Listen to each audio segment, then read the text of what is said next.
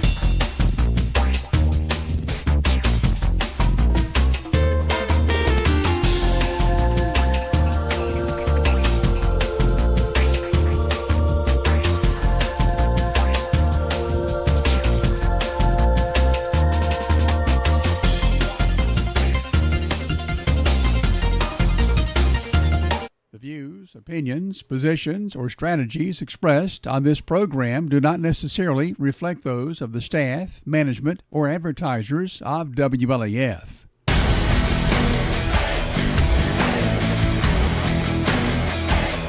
You've tuned in to Campbell County's premier sports talk show.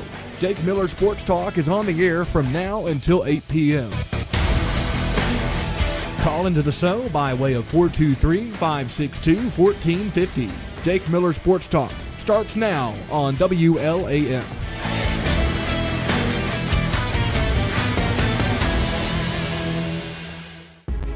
And welcome into Jake Miller Sports Talk, another fantastic edition of the show as we kick off the month of February as we're getting closer and closer to March Madness. We have Super Bowl Sunday in just a few short days. We got Campbell County basketball.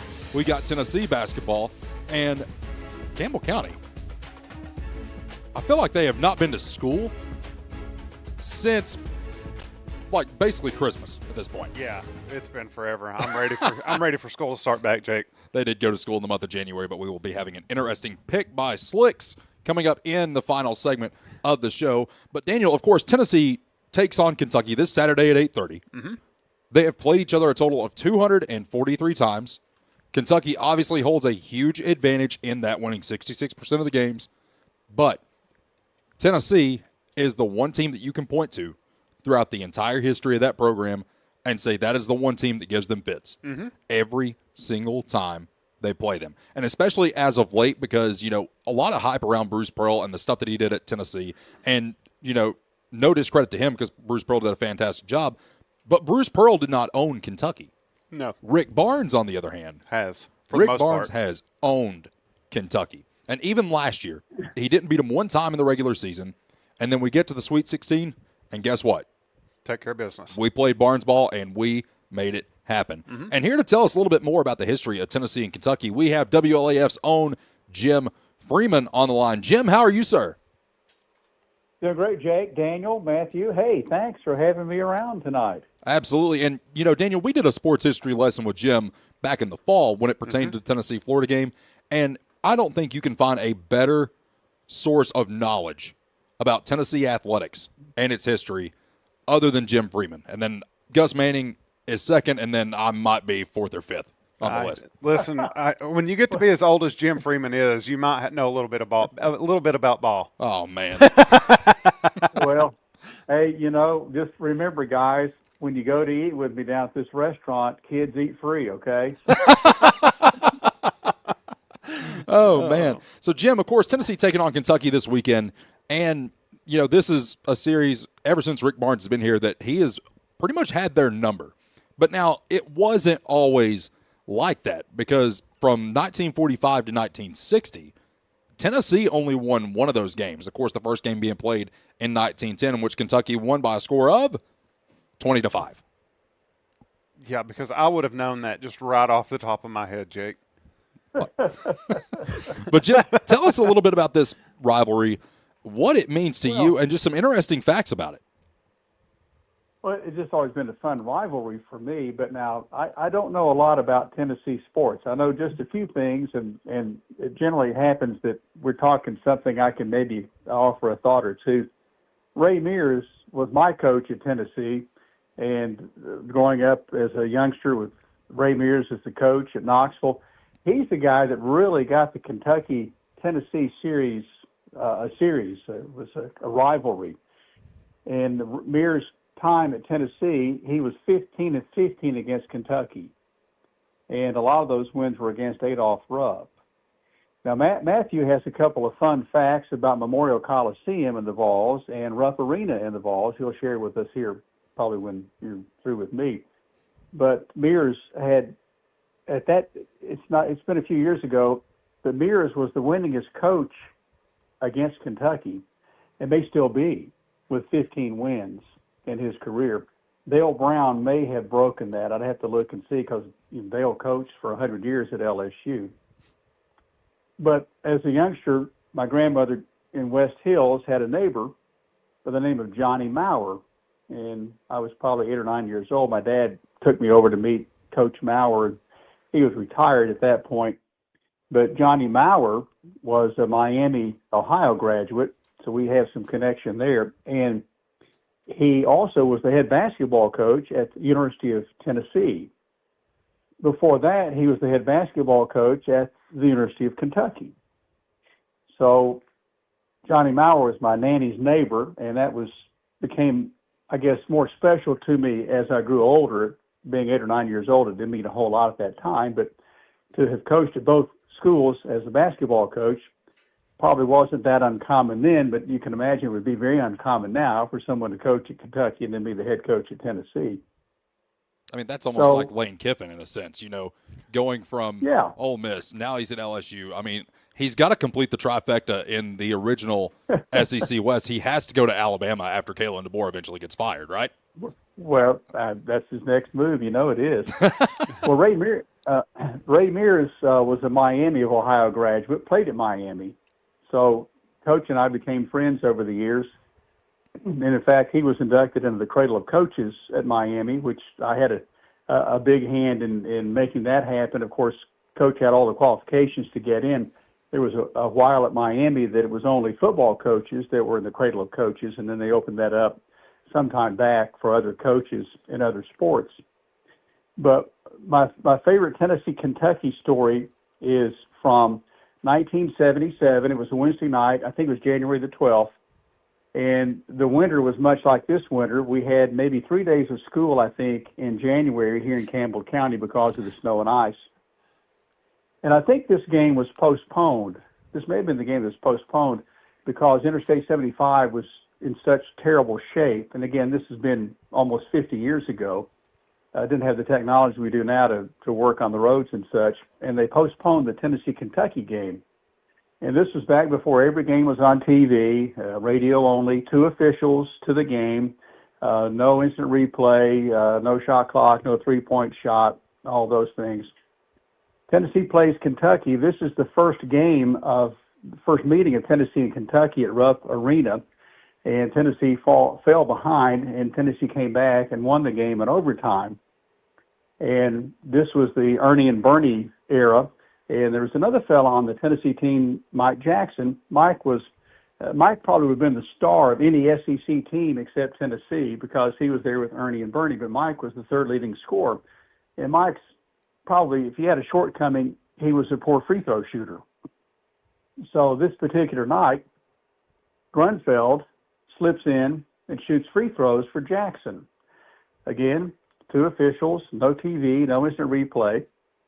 So the next morning, Coach Mears gets a phone call from one of the officials who was a friend of his.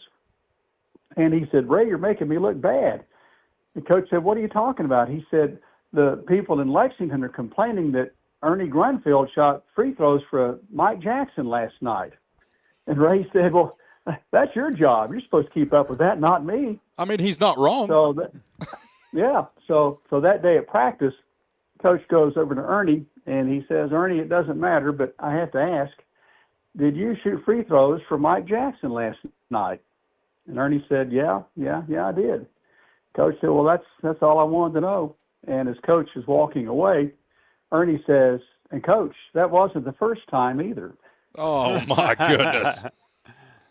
I guess you probably could get away with a lot. Like, you get away with a lot of that back then. I'd say so. It wouldn't surprise me. Well, unless the player's complaining, on the other team, or somebody's going to question it, but one player's word against another's, I guess. But Grunfeld was such a smooth player, so good, so smart, that just made it happen.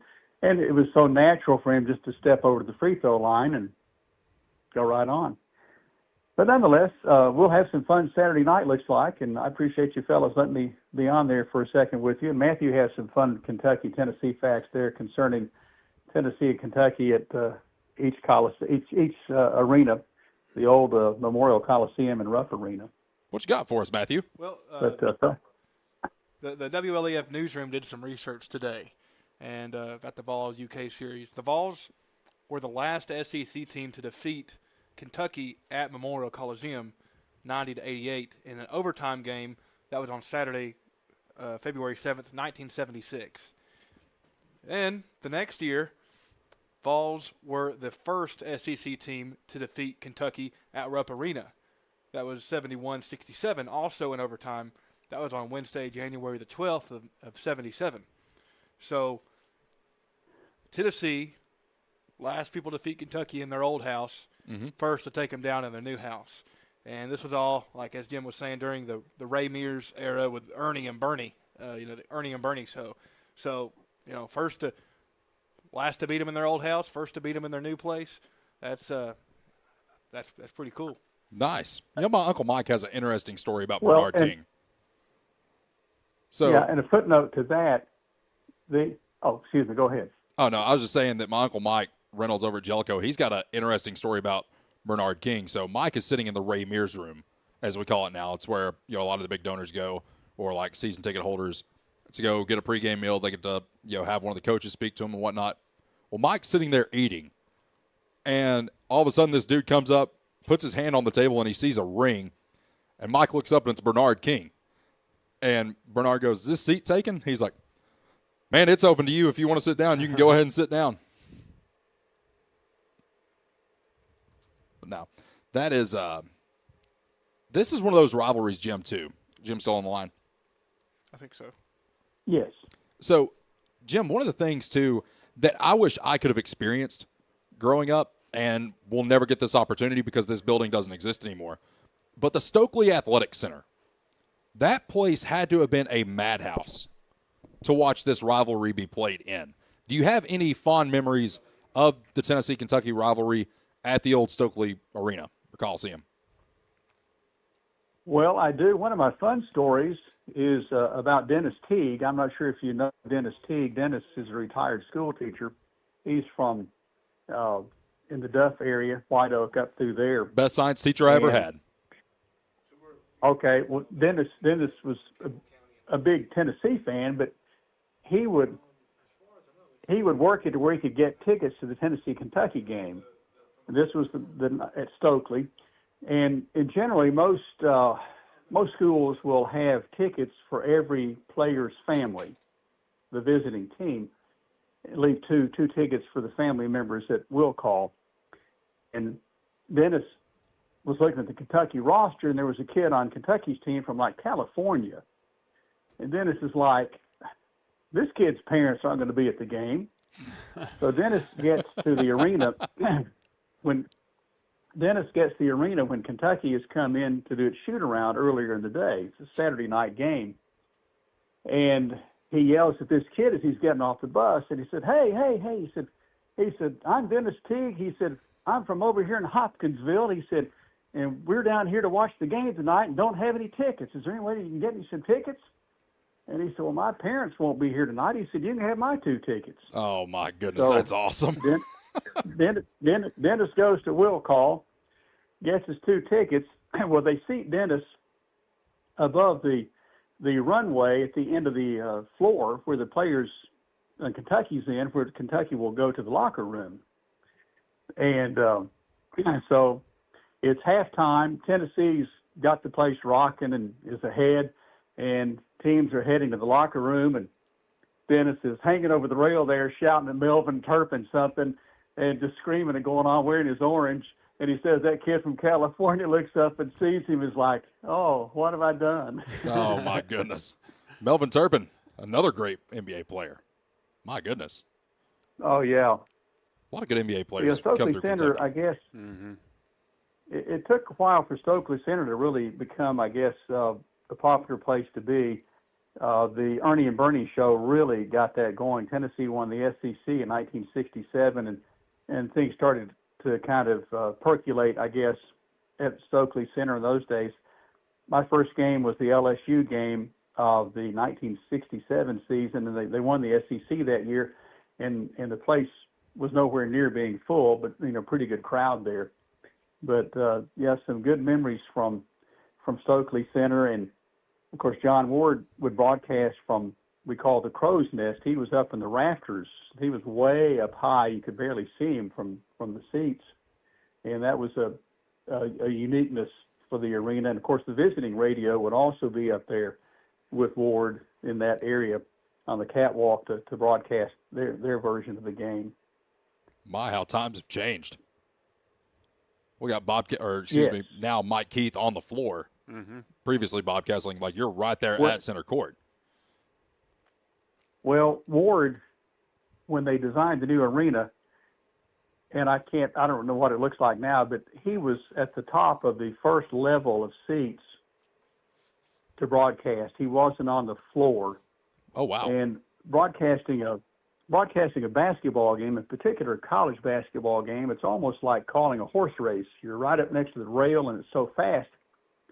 And it's an easier broadcast, or it's a more doable broadcast from a distance, because the game comes to you a little bit slower. It develops a little bit slower, because on the floor broadcasting the game, the players, especially now, are so quick and fast and big that plays happen that you may not see very quickly. Maybe a pass going here that you don't see just because of the quickness of the game. But it's more difficult to broadcast a basketball game from the court side than it is further up somewhere else in the arena. But I always like to be next to our bench wherever our broadcast, just so I could visit with the coach or know what was going on with the coach during the broadcast and be close and kind of have an idea of what's happening with my team there, right there at courtside. But that's how Ward would never have come down on the floor, I'm sure, because he was such a private person, and also gave him an opportunity to have that long look at the game and be able to do a perhaps more efficient broadcast, which he was the best I've ever heard in my life, but that was his preference. Now, I know he wore the blue towel around his shoulder, around his neck for football games. Did he do the same for basketball? I think he did some. That started at Gainesville, the old Florida field house they call it Alligator Alley. It's still on campus. It's about as big as that room you're in right now. And there was a draft there one night, and Ward was just kind of chilled him a little bit. And they had a towel somewhere. It may have been a team towel, and he put it around his neck. And from that night forward, the towel became a part of John Ward. Interesting. And I actually have a VHS tape at the house somewhere. And if I can find it, I want to bring it in, Jim. That way you and Matthew and anybody else who wants to watch it can watch. Because I think he actually talks about that in a little bit of detail from like where it started and why he just decided to keep it going. It's actually very interesting. Yes, and of course Ed Bailoff was John's best friend, and Ed drove John to every road game unless there was a flight involved, which wasn't too often, in particular in the SEC schedule.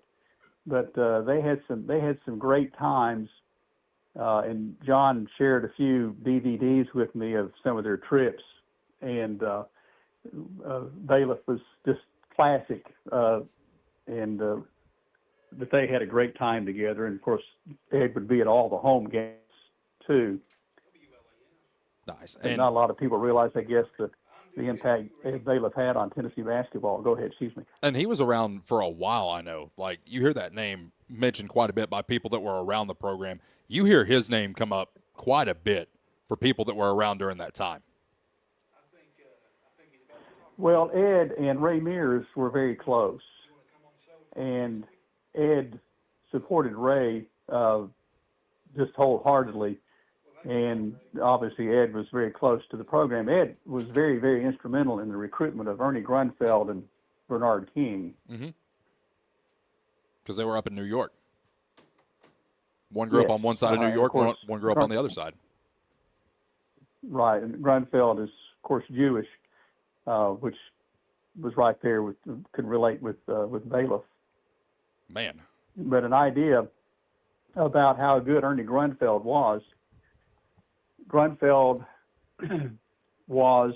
graduated high school in 1973, and he was voted the most valuable player in the city. And of course, he's white, and he was the first white player to make the All-City team in 10 years in those days, and he was the city MVP, to give you an idea of just how good he was. That's actually very impressive. Yeah, I didn't even know that. That's an awesome fact to throw on the show. Ray Watson joins in. He just called the station a minute ago. He's really enjoying listening to this and really interested about the relationship between Ed Bailiff and Ray Mears, John Ward. Yeah, yeah. So that was a call from Ray Watson there, enjoying the show. Nice. Thank you for calling, Ray. Well, it wouldn't. Hey, Ray, it wouldn't be uncommon to see a Tennessee basketball player at Bailiff's in La Follette back in the day, come in to get some clothing or to visit Mr. Bailiff. So it was always kind of fun there. You know, hey, Dale Ellis was in town today, or Ernie Grunfeld was in town today, or something like that. But I'll leave you with one of my fun stories about the Tennessee-Kentucky rivalry. Again, this was in 1977. Tennessee was getting ready to play Kentucky on Saturday in Knoxville, an afternoon game. It's going to be on TV for the SEC regular season championship. This was before they began or restored the SEC tournament. And I was working at a radio station in Oak Ridge, WATO. We carried all the Tennessee games. And our news director got the bright idea that he would invite the Tennessee basketball players to come be our radio station basketball team coaches for a benefit basketball game that we had coming up the week before the Tennessee-Kentucky game. And he called over to the dorm, and the dorm mother answered, and she said, in fact, she said, they'll be glad to come over because this is on a Tuesday, and Tuesday's their day off. They don't touch a basketball on Tuesdays. That was back when the SEC schedule was Saturday, Monday. So he worked it out. They came to the game that Tuesday. Tennessee is going to play Kentucky at Knoxville for the SEC championship on Saturday. So the whole team comes except Ernie Grunfeld and Bernard King, which, again, they were superstars, and there's no way for them to get out and mix and mingle a lot. But Mike Jackson was there, and Johnny Darden was there. Johnny Darden led the SEC in free throw shooting percentage, and Jackson averaged probably, I think, about 16 points a game for Tennessee. So some outstanding players. Chuck Threets was there. Reggie Johnson was there. And so they came and sat on the bench with us, and the crowd, it was a packed house at Norwood Middle School in Oak Ridge, or just outside Oak Ridge. So we're playing, the radio station's playing this team from Norwood, the coaches and some of the teachers, and they're way ahead at halftime. And they get further ahead at the end of the third quarter. Now, the dorm mother's number one rule and only rule was that none of the players play. They don't touch a basketball. So at the end of the third quarter, Johnny Darden looks over at Mike Jackson. He says, "Come on, Mike." He said, "We're not going to lose this game. Let's go." So Mike Jackson and Johnny Darden and two of the other Vols, maybe in Threets, they're all wearing sneakers except Reggie Johnson. Reggie was wearing street shoes. So those four players come in. I stay with the five, and I've never been on a basketball court with this kind of talent ever. And they just go crazy. We were down by like 25 points. We lost the game by 1 point. But they came in and put on the show, and the place went crazy. And all the time I'm thinking, if somebody turns an ankle or breaks an ankle with the SEC championship on the line Saturday, somebody's coming to get us here at Oak Ridge. Oh, absolutely. You would have had to have moved. You wouldn't have been able to keep the same job. Yeah. But it all worked out, and Tennessee beat Kentucky that Saturday. And I told Coach Mears that story years later, and he said, "I had no idea." Oh, man. They would have never have been able to get away with that today. No. Not with social media the way it is. There's absolutely no way that this team would be able to get away with it. Oh, yeah. There's just, that would not have been happening. No. My goodness. Well, Jim, thank you so much for your time, and I cannot wait until March Madness comes around because I want to pick Jim's brain on March Madness when it comes that time. Jim, thank you so much. We'll talk soon. Great, Jake, Daniel, Matthew, thank you. Have a good night. You too. You do the same. That is WLAF's own Jim Freeman making his presence felt here on Jake Miller Sports Talk. Stay with us. More Jake Miller Sports Talk on the way.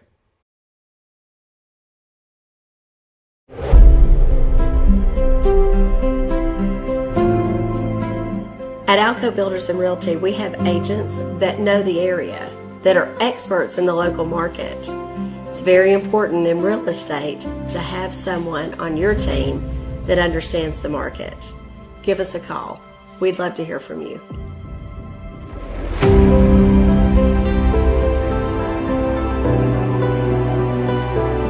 For more than 5 decades, one name has delivered excellence in paving: Boshears.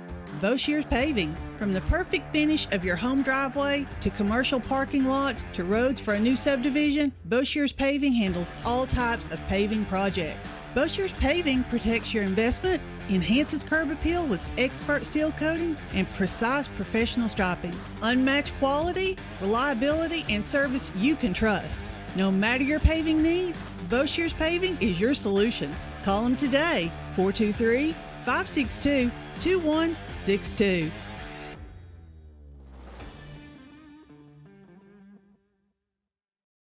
Hi, this is Kim from Bird Screen Printing. You need custom shirts, signs, or banners? Whether it's for school, business, or special event, we've got you covered. We're local, friendly, and ready to help turn your dreams into a reality. Fast, reliable service from folks you know and trust. Come see us at Bird Screen Printing. Let's get your next project started. Hey, this is Larry Burge. Stop by and see us today in downtown La Follette at 225 East Central Avenue or call 423-562-3044. 562-3044. Go Cougars! Whether you're a contractor or you're just handling a project around the house or farm, C&L Metal Sales has the best prices in the tri-state. Metal roofing custom cuts as well as delivery are available from C&L Metal. Be sure and ask us about our lifetime warranty on metal. Matt Klein can handle your big or small jobs from 1 piece of metal to 100. Select from 22 colors. C&L Metal Sales is right behind O'Reilly's Auto Parts in Middlesboro. Just take a left at the first stoplight and C&L is on the right. See or call Matt at 606-248-5744. This is Matthew Klein, former Cougar number 42. Come see me at C&L Metal. Since 1963, CNC Concrete has been serving Campbell County and surrounding areas with the best there is in concrete. The best in rock, the best in rebar, the best in sand, the best in pretty much anything pertaining to concrete. That's CNC Concrete. Bobby Crass is his family's second generation of owning and operating CNC. As Bobby says, we hold your dreams, the concrete to your dream home. CNC Concrete, open Monday through Friday, 7 a.m. until the job gets done. Citizens Bank is a locally owned and operated bank serving communities in East Tennessee. The bank was established in 1934 with 3 guiding principles at its foundation: assurance of safety to depositors, a high standard of service to customers, and a genuine desire to serve the community. These principles are the core factor in the success that has lasted over 85 years and grown Citizens Bank to the renowned financial institution it is today. To learn more about Citizens Bank, visit citizensbank24.com. Quality and Clayton go hand in hand. That's quality constructed homes from Clayton Homes. The staff at Clayton Homes, located right here at home in Campbell County at Jacksboro, is ready to help you through all the steps of home ownership, from selecting the home that's just right for you to putting the keys in your hand. Since 1956, Clayton Homes has been making dreams come true. See the home folks about your new dream home from Clayton Homes, 110 North Street near Jacksboro Middle School. Call or just come on by.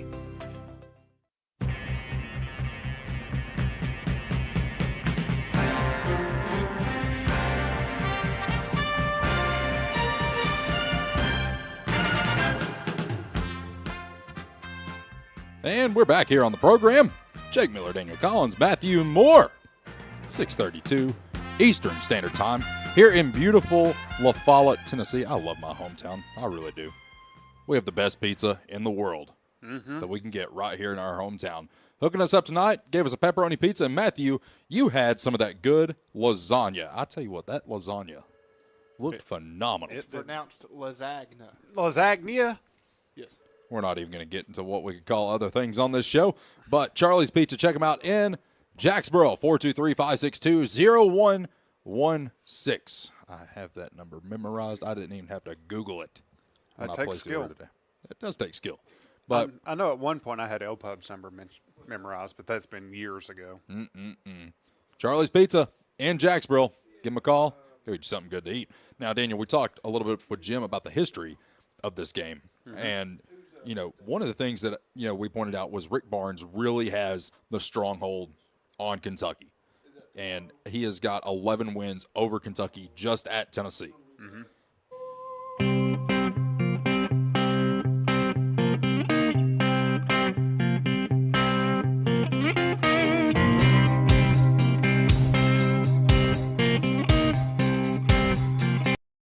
Struggling.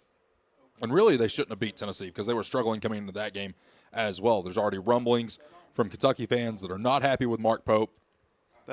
Who would have thought that? And, I mean, here's the thing. You know, when John Calipari and Mark Stoops started getting into it, you knew this was not going to end well for the university. Either one coach was going to go or the other was going to go, or eventually both. And eventually both of them are gone. Yep. Now, in my opinion, the fact that Mark Stoops went after John Calipari, not necessarily intentionally, but saying, hey, this is more than a basketball school. We have a football team too. It's like, okay, I get what you're saying, but you're a basketball school. All of your NIL that gets funded to the university, that's going to go to your basketball team because they care so much more about basketball and making that program phenomenal than they will about the football team winning 9 or 10 games. That's just how it's always going to be at Kentucky.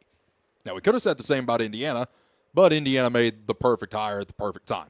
Yeah, and I mean, you look at LSU right now. Their women's basketball team has been the top of the best of the best. Yes. And it's LSU or it's South Carolina, it's UConn. Yeah, I mean, UConn, they've got women's basketball. Men's basketball's here or there. They're either winning. They're a very successful basketball They're program. either winning the national championship or they're not winning. Well, I mean, the only difference in the men's and women's team at UConn is the women's team never gets caught cheating in recruiting. Yeah. The men's team gets caught cheating, they lose a couple of titles, and so on. And South Carolina, I mean, women's basketball, phenomenal. When they had Frank Martin as their men's coach, Yeah. Final Four appearance. Final Four appearance. And South Carolina football this upcoming season, I know a couple weeks ago when we did some of our picks for Tennessee playing, I think that Lenore Sellers, the quarterback for South Carolina, I think he is my way too early Heisman for next year. So you could possibly look at having LSU with their football, women's basketball, South Carolina with their football, women's basketball. There's a couple schools that have that. Now, Tennessee, in the situation that we're in, football next season, I'm not too optimistic about. No. Now, our men's and women's basketball teams, I'm pretty comfortable in. You know, our women's coach at Tennessee, I think she is the right hire that we needed at the University of Tennessee. Well, and two, I think for too long, as far as the Lady Vols go, we tried to keep it inside of the family for way too long. And my favorite moment ever in radio history, I'm not going to mention the guy's name, but we're sitting there talking, and he says the same thing. He's like, we need to go outside of the family for this program. We need to hire Carol Lawson. I'm like, outside the family. Yeah, Carol Lawson, the coach at Duke. I'm like, where did she play college ball? She was one of Pat Summitt's, star pupils. Yes. I don't think she won a championship, but, it's finally got to the point where the Lady Vols basketball team has that respect again. Yes, and Kim Caldwell, is that her name? Yes. She saved it from being a museum program. She does not take anything from these players, which is what we're kind of starting to see that. Tennessee athletics for a long time, we had this shadow around us, with your favorite guy from Alabama. What's his name that came and coached here? Jeremy Pruitt. Pruitt. Pruitt had that just darkness around. And it wasn't just the football program. I think that kind of seeped out into realistically, everything. it had been there, though, for 10 years. Yeah, it kind of just seeped out into everything. And now I think you're starting to see you've got Heupel, who's he's a winner. But then you got Coach Barnes, and you got Caldwell. And these head coaches aren't taking anything from these players. No. If you cross them, there's a chance that you're not on the team next week. Perfect example is Coach Caldwell for the Lady Vols kicked a couple players off the team, saying, if you're going to get into trouble, you don't belong here. This is not where you need to be. Right. Which in itself reminds me a lot of Pat Summitt, because Pat Summitt would do the same thing. She took nothing off of nobody. Right. Well, and two, you look at Holly Warlick, who took over after Pat Summitt. Everybody wanted her to be the next Pat Summitt. And something that it took a long time for a lot of people to realize, there's never going to be another Pat Summitt. No. You cannot replicate what she did. No, and when you have Gino from UConn, who is, without a doubt, to me,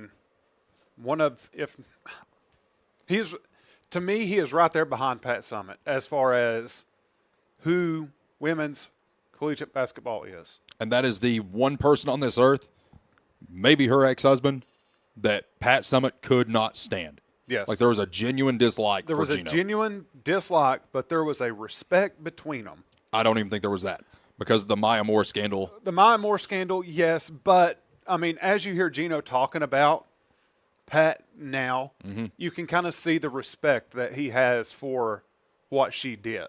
Because without Pat Summitt, Gino would not have the opportunities at UConn that he does. Right. And that's why Tennessee and UConn never played each other in the regular season after like 2003, 2004, was because of the Maya Moore situation. And this is coming directly from someone who was on staff, one of the assistants for the Lady Vols. Yeah. He said, Pat Summitt loved everybody. One of the nicest human beings you'll ever be around. But she absolutely could not stand Gino. No. But, I mean, and now that Tennessee's finally got, in my opinion, the closest that we've had to Pat Summitt since we had Pat Summitt. Yes. As far as, Kim Caldwell, she's a leader on and off of the court. She knows what she wants. If you're not part of that, if you're not buying into her program, she does not want you. Right. Period. And that's fine. If you don't want to buy into the program, you want to go somewhere else and play, that's fine. You have the right to do that now. Yeah. And, I don't like it, but the fact of the matter is I have to deal with it. I have to live with it. I just have to, sit here and talk about the fact that, we just got to get over this. I know I complain about it a lot. I complain about NIL. I complain about the transfer portal. But, we just have to get used to it because that's how it's going to be. And if you want to continue to watch college sports, that's just something that you're going to have to get used to. Because we are no longer in the era of the BCS. We are no longer in the era of the 14 playoff. We are no longer in the era of players cannot be paid, even though they were getting paid under the table. And you can transfer basically whenever you want. We got guys that are on their fifth school in their fifth year. And we just got to live with it. Yeah. And getting back to Tennessee, here's the crazy thing, too. I don't know if there's another school, another collegiate level school, that will have a team in 4 major sports ranked in the top 25. Baseball, men's basketball, women's basketball, football. And football's on the brink of not being ranked. Yeah, but they're there. They're there. And realistically, when we talk about Tennessee basketball, I don't think there's been a team in college basketball that has benefited more from the transfer portal than the University of Tennessee. Rick Barnes is great at hitting the portal. And it really, really shined in 2024 with Dalton Connect. It did. Yeah. That was Rick some of the most Barnes phenomenal basketball that this fan base has seen in a long, long time. Yeah. No, Rick Barnes is on top of it. And here's another thing, too, that a lot of our viewers probably don't know is the relationship that Rick Barnes and Kim Caldwell have together. Because, and Kim has even spoke about this openly, about how much Rick is helping her understand how the portal works. And you cannot take away from Rick Barnes that he is probably one of the greatest NCAA portal recruiters. Yes. He knows how to go into the portal, say, this guy's the one I need. This guy's the one that he wants to come here, but is he the one that fits here? Right. I mean, you look last year, Chaz Lanier, another portal addition. Yep. That was fantastic. You look at this year, Jacoby Gillespie. Yep. It just so happens that he's from Greenville, didn't get the chance to play at Tennessee his first few years. Goes up to Maryland, shows out. It's like, hey, man, come on home. Yep. And he has shown out for Tennessee this year. Now, the question remains, how long is Rick Barnes going to be here? And quite frankly, we are on, I'll speak candidly here. I think we're in the last 1 to 3 years of the Rick Barnes tenure at Tennessee. Now, he has the lifetime contract. He can go whenever he wants. But when does it end? I don't know. I mean, I thought he was done after last year. He is 71. Right? Yep. Born in 54. So he'll be turning 72 this year in July. So, I mean, best case scenario, we get 3 more years. He retires at 75. He's done. As the most successful coach in Tennessee history. Yeah, that's giving him 3 years. Now, do I think he has 3 years? Probably I don't. not. Probably not. I mean, if we have a good season, we end this season well, we know he'll do next year just because if Rick Barnes is going to leave, he's going to let you know in plenty of time yes. that he's done. I don't know. I'd say you see what he does this year, see what he does next year, and then he makes his mind up after that. I don't know. He very well might. But if you're Kim Caldwell, you're going, how much can I get out of Rick Barnes helping me understand what I need to have a winning team?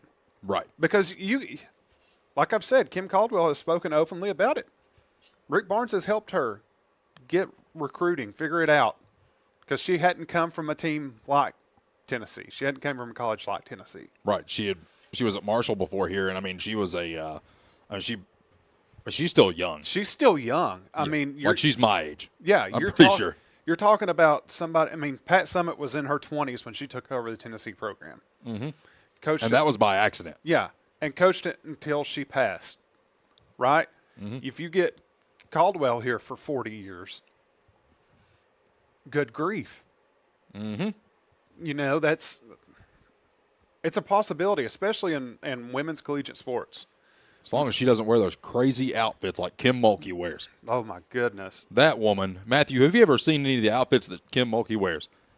They're crazy. It's awful. She is a fireball of a head coach, though. She looks like a fairy. She does. But, I mean, it's crazy. I mean, look at Dawn Staley at South Carolina. I don't think Dawn's going anywhere. She's not. She's got it made down there. Why would she leave? Yeah. I mean, she's never going to leave there. No. I wish Gino would go on. Well, Gino's not a young man anymore himself, so. No. But it's just, what's crazy is when you look at collegiate basketball, men's basketball, there's very few head coaches that you can be like, hey, do you know Rick? And people are going to say, Rick Barnes. Okay, in women's collegiate basketball, you can say Pat. Gino. You can say Dawn. Kim. Everybody's going to know who you're talking about just because there's not as much movement in the head coaching circus. Right. We used to be able to say that about college football, but who knows where somebody's going to coach the next season. I'll tell you what we're going to do in this next segment. Actually, we're just going to keep going until the end of the hour. Matthew, I want your headset on for this one. See if you can point out any names when I mention these teams and the sport they're related to.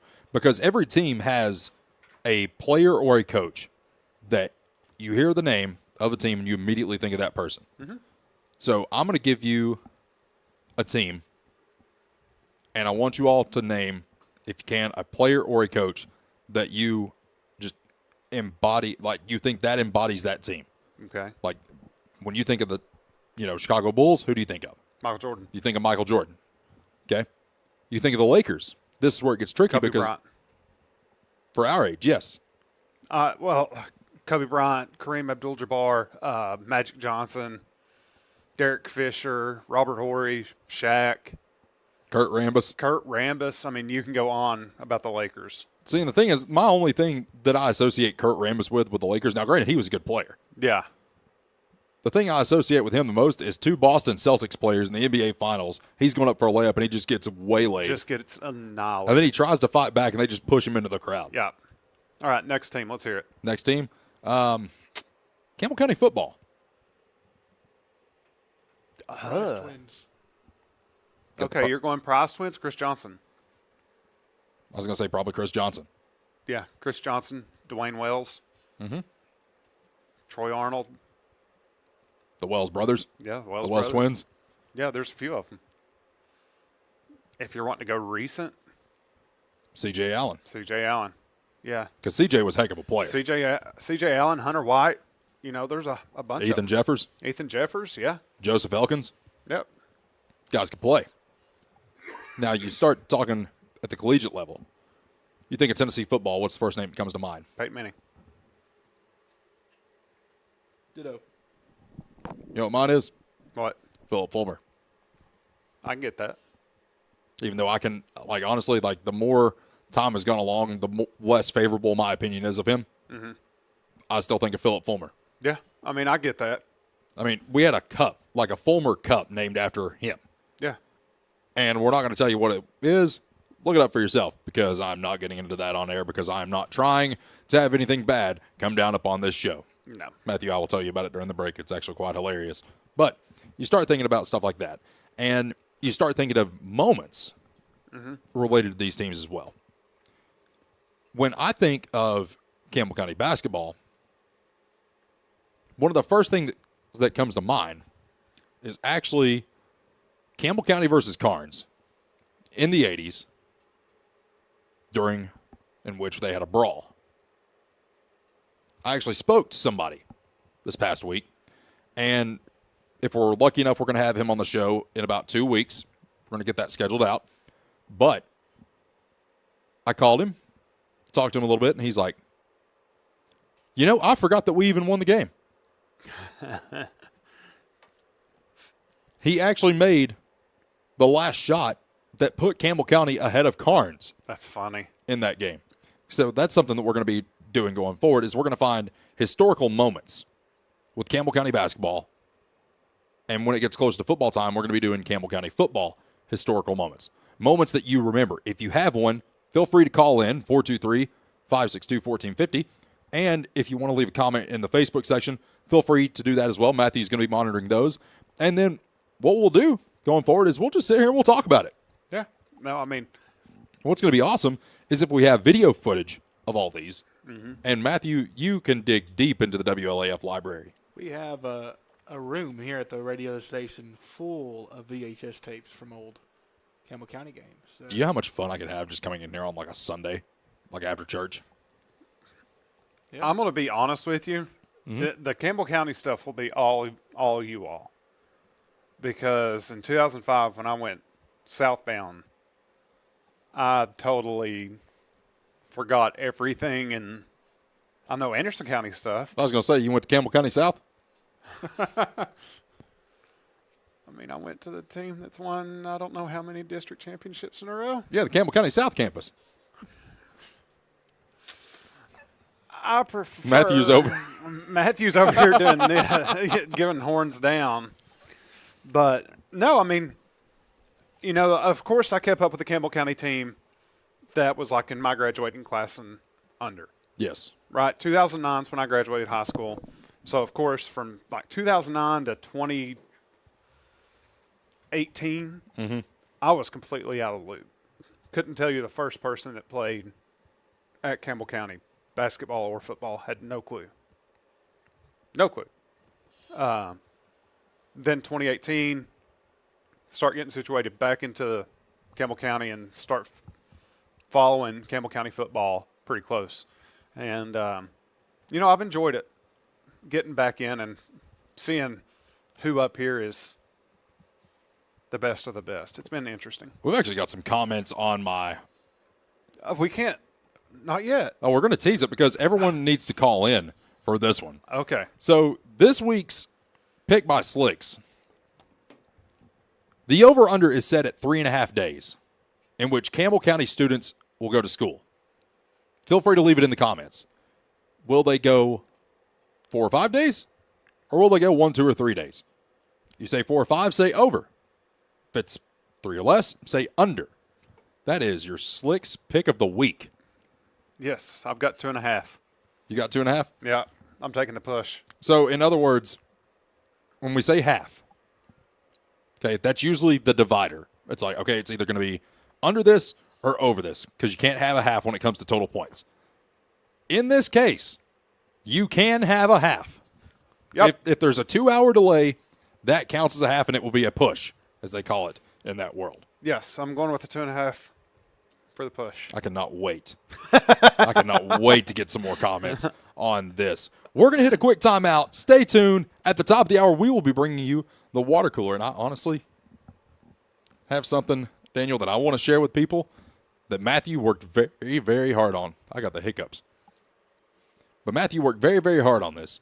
He and his crew did a phenomenal job, and I made my acting debut. Oh, this could be scary. Well, actually... It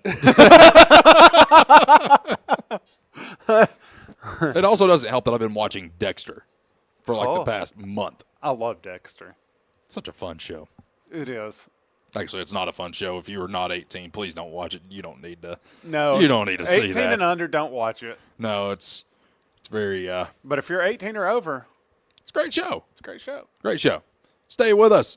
Hour number 1 in the books. Hour number 2 of Jake Miller Sports Talk coming up right here on WLAF. When it comes to a personal loan, the person you talk to makes a difference. At Community Trust Bank, our loan specialists understand whether you're consolidating debt, covering expenses, making an amazing purchase, or planning that dream vacation. Your reasons are personal. That's why we offer flexible payment options and competitive rates to help make it happen. Community Trust Bank, building communities built on trust. Member FDIC, equal housing lender. Hey, this is Chris Malone at Doyle's Tire Shop. We invite you to buy the new and used tires and friendly service. We're doing our best to continue the legacy of Doyle's Tire Shop.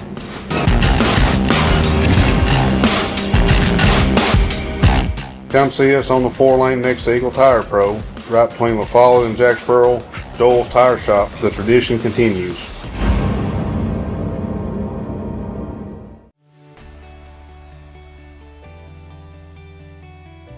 E.E. Hill & Son Insurance.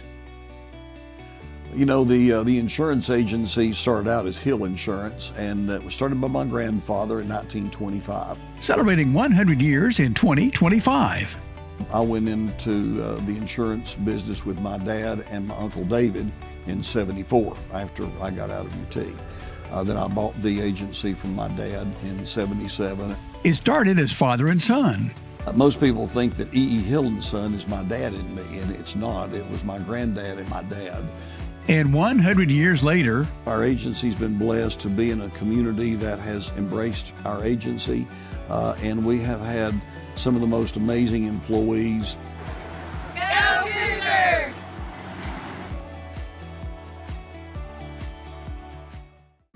When you think loans, think green and look for us under the big green sign, First National Bank on the 4-lane La Follette. Our hometown staff welcomes you by today. See Brian. Ask for Carrie. Look for Beth behind the counter. Or see Taylor at the drive-thru. First National Bank Oneida. Member FDIC. Equal housing lender. Your family, your future, your bank. First National Bank. Cougar fans, get your First National Bank orange and blue Cougar debit card. At Grace Rehab, we have one goal in mind: to improve your quality of life. We provide physical, occupational, and speech therapy for all ages. Grace's therapy and treatment plans are individualized for each patient. Well, my doctor didn't think I would be to this point at this time, and I wouldn't have been had it not been for the rehab center here at Grace. Oh, I like all the people that's here, and they've been real nice, and I've had a ton of fun with them. Grace Rehab, we want to help you feel your best. Hi, my name's Amanda Pemberton. I'm a lifelong Campbell County native, former Lady Cougar. I'm a personal lines agent here at Gray Insurance. I would love to help you out with all your home, auto, life insurance, and health needs. We're an independent agency, so we can offer you a wide variety of companies. Come see me and I'll be glad to help you with all your insurance needs. Thanks. I'm Daniel Dagley, and it's that time of year again. Come see us at Gray Insurance for all your health care needs. If you're looking for quality at bargain prices, look no further than Hammers in Clinton. Family owned and operated, Hammers is there to help you stretch that dollar. Need jeans? Hammers has them. Need boots? Hammers has those. Need something orange for game day? Hammers has that as well. And don't forget to check out their home decor. When you visit Hammers in Clinton, you save money and time with a one-stop shop. And don't forget that RC and moon pie before you leave. Hammers, off the Clinton exit, just past Community Trust Bank. Easy to find, easy to shop. Need tires and alignment? How about an oil changer, maybe brake work? Whatever your car, truck, or SUV needs, the folks at Hensley Tire and Service are ready to help you. When it comes to your vehicle, come to Hensley's Tire and Service. You'll find us in La Follette, where Indiana meets Beach. For your next set of tires or service needs, call Hensley Tire and Service, 423-563-8473. Go Cougars! Hi, I'm Macy Wilcox, the owner of La Follette Nutrition, and at La Follette Nutrition, we support the Cougars. Stop by and get a loaded tea and shake, or a superfood bowl. And don't forget, we have seasonal menus. We're located at 240 West Central Avenue, Suite 9, across from First Baptist Church.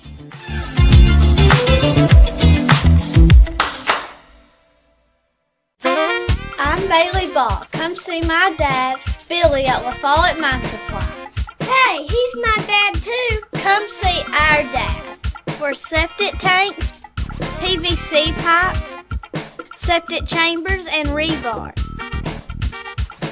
Be sure and ask about our low prices on Tractor Ag Fluid, Def Fluid, and Rotella T4 motor oil. What's that? No kids zone? You can read? The staff at LUB, La Follette Utilities Board, is there for you.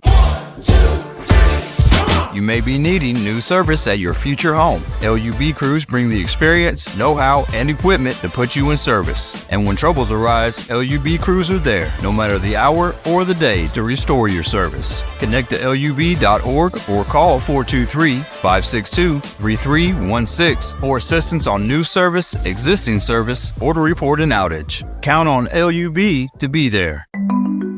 Since 1917, People's Bank of the South has been providing banking services to our friends and neighbors in Campbell and surrounding counties. Along with traditional services, we offer the latest technology as well, including contactless debit cards, mobile banking, remote deposit, mobile wallets, and more. All this, and we are still here to answer the phone when you call. Stop by and see us today. People's Bank has 3 convenient locations. Our main office is in the heart of La Follette, a second location in Jacksboro near the mall, and our Clinton branch is just off I-75 at exit 122. Member FDIC, Equal Housing Lender.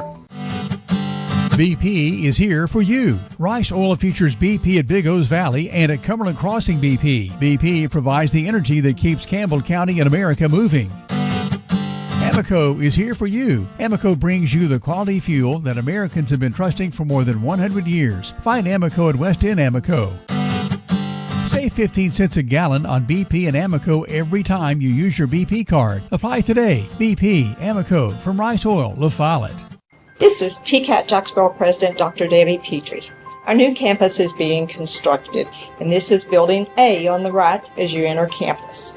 It'll house administration, student services, classrooms, plus a large meeting room. Building B is at the back of the campus. It is a football field and a half in length, housing welding, power sports, and more. Most of the current TCAT building's original structures will be demolished to make room for the new parking lot. We have a bright future at TCAT.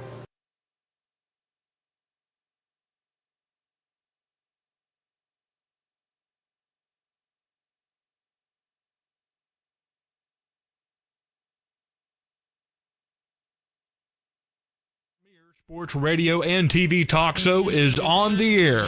This is Jake Miller Sports Talk on WLAF. Back here on the program, Jake Miller, Daniel Collins, Matthew Moore. I brought us a box. Snack crate. That's right. And I do not know which country this is from, basically because I can tell you if it's like, Japanese. I can tell you if it's a Spanish one. I can tell you a little bit of that. HEJ, Jake Miller is what it says. So let's open this thing up. Let's see what we're going to eat. I'm always using the red knife. It says Milwaukee on it. That's the one you want. That's the one you want. That is it. All right, let's open up this box. See what we're going to eat. Matthew, you hungry? I hope you are. All righty. How terrible would it be to cut myself on live air? That'd be absolutely awful. Especially after your plug for my place of employment. Yeah, that would be terrible. All right. Let's see what we're eating. All right, okay, we're taking a trip to Sweden. Taking a nice trip to Sweden. I swear, if there was something in here fish flavored, I am not touching it. Daniel, I don't want to eat any of this. This all looks... Dill and grass look? I don't know. Buddy, I don't. But do you think I can read anything other than English and maybe some Spanish? This one just says grill. Grill. Hey, Estrella. JP Estrella. Hey, maybe we found where he's... My goodness. My goodness. Guys, this segment is brought to you by our friends at Martin and Effler Heating and Cooling. If you have any issues with your heat whatsoever, be sure to give them a call today and get your stuff fixed, especially with the colder temperatures. They do emergency service calls, so give them a call today. And if you just need your maintenance, your checkup, it's always good to check that once a year. Martin and Effler Heating and Air, our friends, will get you taken care of. So it actually comes with a book that tells you exactly what you get in it. Let's don't cheat. I want to try some of these before we actually look and see what they are. Halloun shots. What in the world? I don't know. Let's open it and try it. Let's try one. Yeah, we'll do that. Oh. Zingo. I got a Zingo. All right. It's shaped like a Coke bottle. Maybe it tastes like Coke. Coca-Cola, I should specify. Goodness. Yeah. You good? Did it get you? It's hard. It looks like a gummy.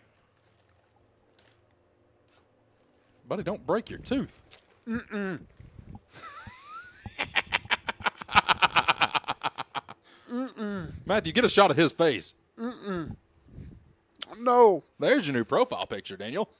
Oh, that's horrible. You got to try one now. I got to try one now? Oh, that's horrible. Oh. Mm-mm. Okay. Sour. Really, really hard. Uh-uh. No. It's like raspberry. Mm-mm. Mm-hmm. It's a no from me. Nope. They call those good over there? I guess so. Yeah, let's let Matthew try one. No.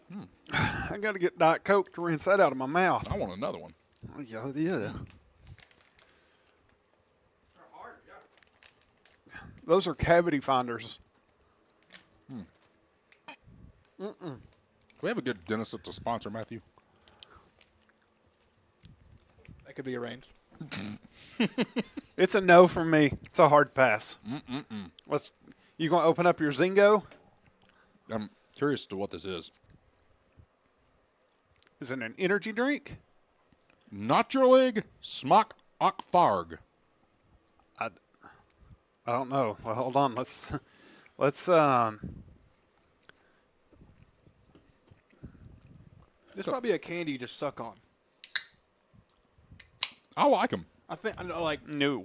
It's good. Like it's good, but like I think if you chew, it's gonna wreak havoc on your teeth. So this is a Zingo. We're about to try it. I can already smell orange. That would explain the orange on the can.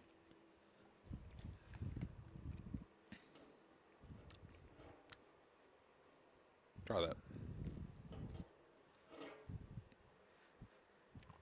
I love how you had to smell it. Oh, no, that's good. That's really good. It's not bad. You want to get you a swig of it, Matthew. So, yeah. So, bottom line, yeah, I got this today, and I was like, man, this would be fun to just pick something out and have the guys try it. That just tastes like an energy drink. It tastes like an orange, like basically like a NOS. That's what it tastes like. It tastes like a NOS. What is that? C4. Mm-hmm. Those are good. What, you don't like it? What? You don't like the raspberry bottles? No, those are horrible. I like them. Matthew, you like them? I like it's just a little bit sour. It's like a really hard Sour Patch Kid. Mm-hmm. Pretty good. Pretty good. But, Matthew, we have something very interesting to show our viewers. Yeah, let's. Okay, so Halloun shots. That's what they're called. Mm-hmm. Extremely sour raspberry gummy bottles with a firm bite. Sure to make your mouth pucker. That is the description that it shows. I'm not so sure. I like them. I don't. I would much rather have a good old American gummy bear. I'm a big Sour Patch Kids guy. We've got something that we're going to show the people. Yeah, I'm very excited about this. Preface this just a little bit. Late last year, I came to Jake and I said, hey, do you want to be in a film for school? So he reluctantly obliged. No, This is a G-rated film. This PG. Yeah, depends. It depends. It is a film for a class in school. I go to Mississippi State Community College for video production, and in this class, it's called guerrilla filmmaking, and they divide you up in groups, and you each work on a film. For this film, I was the producer, and we were coming up with ideas, and I said, hey, I work at a radio station. We could film something there.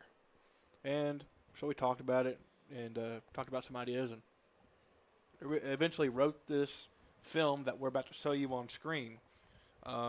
This was done with I think a group of 4 or 5 people from the class, and there was people dedicated to lighting, audio, editing. So this was a group effort, and we're going to show it to you. Jake, Daniel, are y'all excited to see this? I'm very excited. Yeah, because I have no clue. Yeah, I get to watch myself twice. Yeah. So let me ask you this. Am I allowed to laugh? Yeah. Okay. Yeah. My favorite is the comments after the fact. The comments are good. Okay, let's see this, Matthew. As Matthew gets us geared up here, I think we're going to try to do split screen here. I've already got my snacks. How about that? Snacking a movie. I like good. Can we hear? I can hear nothing. Yes. Hear that? Are we all set up? I think so. We're ready to roll. Let's watch.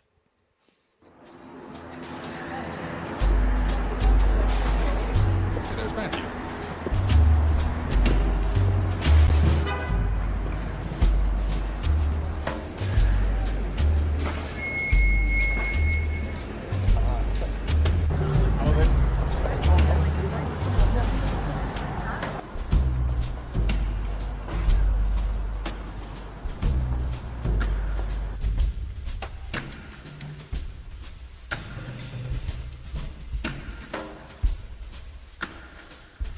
I know that switchboard.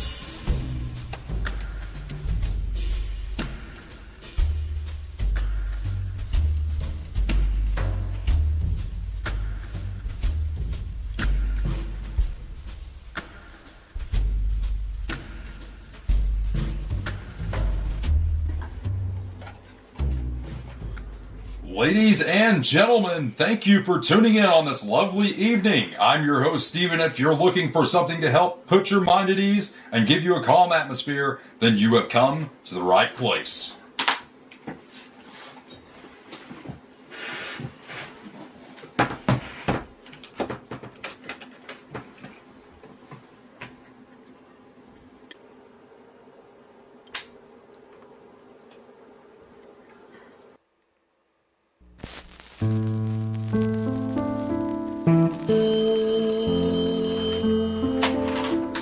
Welcome to the show. You are the first call of the evening and you are on the air.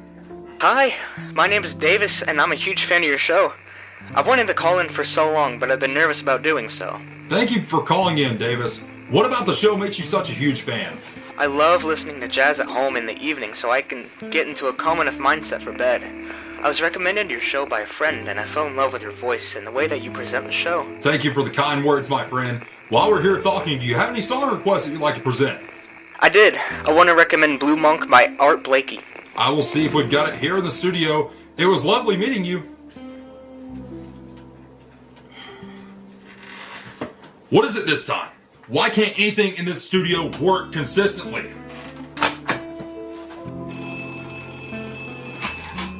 Hello, who's this? I know who you are. Well, I hope so if you're calling in. I'm your host, Steven. No, I know who you really are, and I know what you've done. You won't be able to keep it a secret for much longer. I'm afraid I don't know what you're talking about unless you're somehow referring to the night I tripped over myself coming out of a restaurant. You know exactly what I'm talking about. It's only a matter of time until everyone knows. I I am unfortunately going to have to end the show early tonight, everyone. As always, thank you for tuning in, and I'll catch you next time.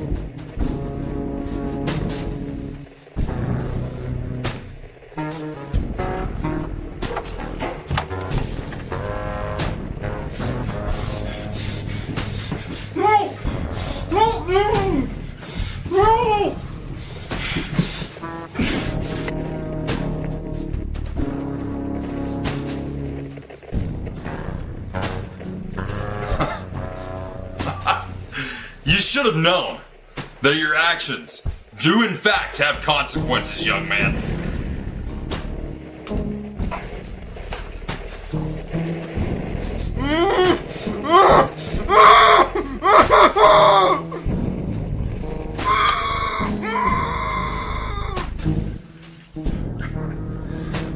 I have a feeling we're gonna have a really fun night together.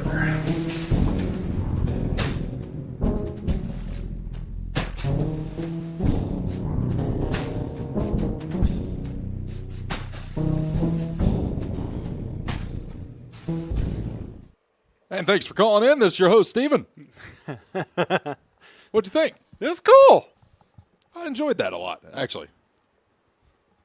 That was actually probably one of the more fun things I've ever done in media. Yeah, no, that was cool. It got an A. It got an A. It got an A. Hey, they got an A. Nice. Nice. They probably had a low bar anyways, but oh well. But yeah, a couple of the comments that we got on that video. Someone said nice camera work and edits. Someone said, bro, low-key cooked. Absolute cinema. And then somebody else said, this man's voice is perfect for radio. You don't say. Marks. So, if radio never worked out, I think you always have the short film medium on lockdown. It's got a point. But, yeah, this was a lot of fun to put together and shoot. We spent – this was all shot in one night, which every single shot that you see was probably redone like 5 times to get the right one. But, yeah, had a lot of fun doing it, and glad you all enjoyed it. We'll have that on our Facebook here in a few days if you want to go back and watch the full thing without Jake and Daniel's face in the corner. How about that? Yeah, but you still get to see my face, though. So it's a win. Yeah, basically you're just taking me out of the equation. We need to have the next time I do it, Daniel, you want me to invite you, and we can do like a thing with both you and Jake. That'd be cool. That would be fun. That would be. So a couple of fun notes about that. Number one, when I would mess up my lines, I hope that the footage is. What's that? The rambunctious Reynolds crew. Oh, jeez. That's not a short film, though. That's just an A&E documentary. That's just a show on A&E. Listen, we just got to get some family members together and maybe have some alcoholic beverages, and it's over in like 2 minutes. No. That night, though, Matthew, I hope that the cuts, like the stuff that was not included, I hope that is gone forever. I think we have it archived. Oh, no. We need to have No, we don't need a blooper reel because we need a blooper reel. No, because we'd have 50 million FCC violations on the screen. We don't want that. Be all right. There was in the first edition of the script there was going to be blood, but we decided that may not be that good to have. Yeah, and he was going to use ketchup. I'm like, no, dude, let me get some Cairo syrup and some red food dye. Oh yeah. They actually sell fake blood. It's too expensive though. Yeah. You could have let me know. Our you church could uses eat it it. every Easter. Oh. I'm serious as a heart attack. That's meant for a specific purpose, and that no, I'm not intermingling those two. This you can eat. Put on your pancakes after. Oh, jeez. But now, Jacob, the other guy that that was tied up. Yeah, the victim. Also named Jake. Yes, also named Jake. So he's actually a caller of the show. Okay. When we talk wrestling, he normally calls in. Right. Is he from the area or is he from Knoxville? He's one of my buddies. Okay. I hang out with a lot. He's from Tazewell, but he recently moved over here. But yeah, I asked him if he wanted to be in it. He was like, and he's been in my other projects that I've done too, which I don't know if we want to sell on the show. We can talk about it. Oh, we could have had done a haunting at WLAF, a haunting of WLAF. What day is Halloween? Speaking of Halloween, Halloween's on a Saturday this year. It's in about 10 months. I think it's on the 31st this year. Yeah. I think so. In the past, we've had Clayton and Matthews Halloween extravaganza. Have you ever heard that? Nope. Well, it was a hoot. Then Clayton went on to bigger and better things. Hey, He's now a he decided to women's lane college Kiffin us. basketball announcer. He decided to lane Kiffin us. Yep. It's all good. Yeah. Love you, Clayton. But, no, that was probably, in all seriousness, one of the more fun things I've ever done in media, and I really appreciate Matthew and his crew for making that happen. And yeah, I appreciate it too. Give me something to do on a Sunday night. Well, and I will be coming back to you for some more help. This is actually, I think, the first I'm mentioning this to you, but might as well mention it while we're on the air. We'll have a project coming in May. It'll be released in May, and it's gonna be interviewing some people in radio. And sweet, another one I get to miss out on. I'm gonna need your help. I got you, man. Another one I get to miss out on. I got you. You know I got you. But while we were watching that, we did have some breaking news come across the desk. So SEC Commissioner Greg Sankey is in favor of the NCAA in the Charles Bediako situation at Alabama, in which, if you followed the show for the past 3 weeks, you know that Alabama has played a guy that was in the NBA G League on a two-way deal that he could have played in NBA games. He is now back on the Alabama basketball roster. Hasn't improved them one bit. No, everyone thought, it's like, oh, he's playing against grown men. He's going to come in, and it's going to be an impact for Alabama, and they're probably going to make this run in March Madness. No, they ain't done a thing. It's more about just the idea behind it. Well, and for once, I agree with Greg Sankey. If you declare for the draft, you're done. You are done. There is no coming back. We had the case in the early 2000s. Kelly Washington with Tennessee, played single-A ball for 4 years. Mm-hmm. He was a 21-year-old freshman playing football.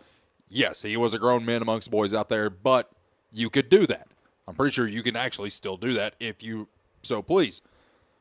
But there's also a case in which a guy who actually played in 10 NBA games, actually played minutes, is trying to come back to college ball as well. Mm-hmm.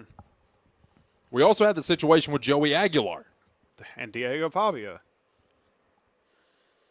As much as I appreciate what Joey did, it's time. Man, you're 24 years old. Pretty sure he's about to be 25 if he's not already. He needs to go on. Yeah. I mean, I get what he's wanting to do. I really do. He knows that he is not going to go to the NFL and be a... No, he's got to make his money now. Yes, I get that. I understand it.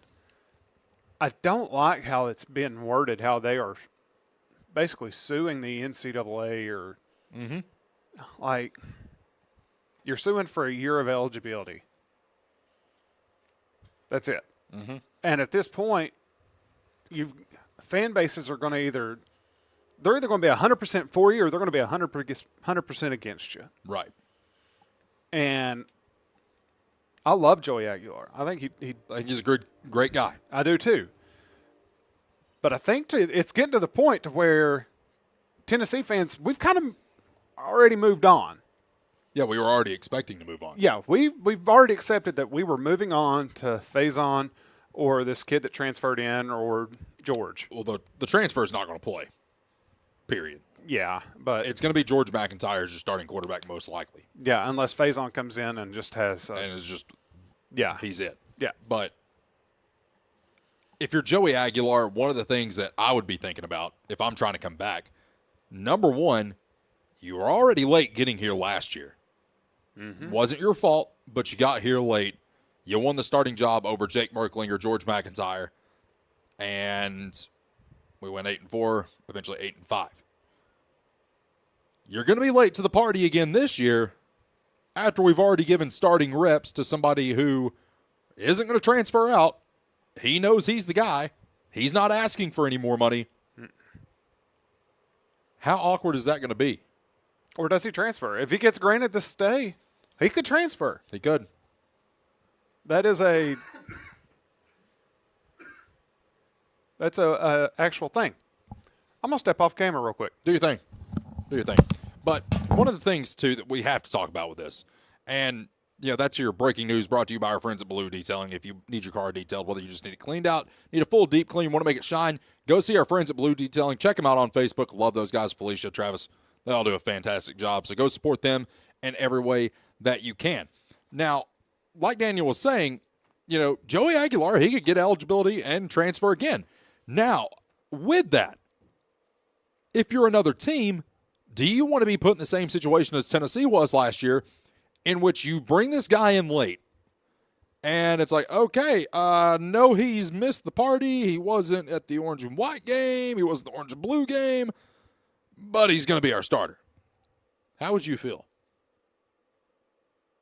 I don't know. The more I think about it, if he gets it, I'm looking at like Clemson. Dabo trying to save his job. Yeah. And I mean, honestly, though, if you're a team like Clemson, you're losing Cade Klubnik. He's gone, which he had a lackluster career. I was tired of seeing his face. Yeah. Do you take a chance at having a seasoned starter come in and try to save your job? I don't know. Because Heupel's already behind this mindset of he has got his guys. Well, and two, it's like if you're Josh Heupel in this situation, you know what Joey's doing. Yeah. We all know that. But what you need to do, if you're him, next man up. You need to look at your quarterback room and say, listen, guys, regardless of what happens, you're the guy. Yep. You look at McIntyre, you say, hey, listen, you're the guy. You're the guy. You're going to be the starter. And if you don't show up and you don't do what you're supposed to, then we're going to give it to Faison. Mm-hmm. No, that's what you roll with. You do not entertain the idea of bringing Aguilar back. No. And like we've said, we like Aguilar. Yeah. He's a good guy. But let him go. I mean, I don't think Tennessee fans would hold any ill will towards him. No. If he gets granted it and does get to – because he'll be able to transfer. Now, if he gets his eligibility, he does come back, and Heupel does give him the job, and he goes 6-6, you're looking at Jarrett Garantano's territory with this fan base. You're looking at fans calling for Heupel's job. It would ultimately cost him his job. Yes. What's my rule? 8-4, hit the door. Yeah, and I think that this season that the Tennessee Vols are getting ready to go into in football is not going to be a good season. No. It's not. And we had this discussion a few weeks ago as to what we think is going to happen with Tennessee football, as to what our predictions are going to be, our way too early predictions. Having said that, obviously we don't know what our starting lineup is going to be. And granted, we're probably not going to know that until we get ready to play Furman in early September, because that's just how Josh Heupel is. He's not even going to release a depth chart until the day of or the day before. I mean, we'll be able to have a decent idea of who our starters will be after the orange and white game.